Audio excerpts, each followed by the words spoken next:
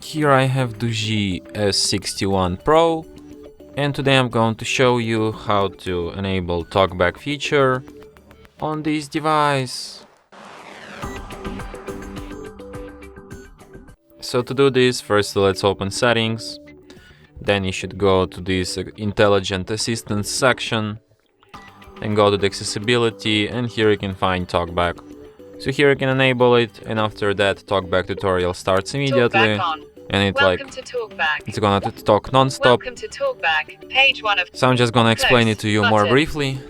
Double tap to So activate. basically, this mode works the way that it speaks out loud contents on the screen. So basically you tap on any text, any banner, any button, and like all the text in here will be spoken out loud. Also when you tap on button, it indicates Close that button. Double tap to activate. tells you that you can double tap to activate, but what it doesn't mention that you don't have to double tap specifically on this button, but you can double tap anywhere on the screen like this. Close, double tap.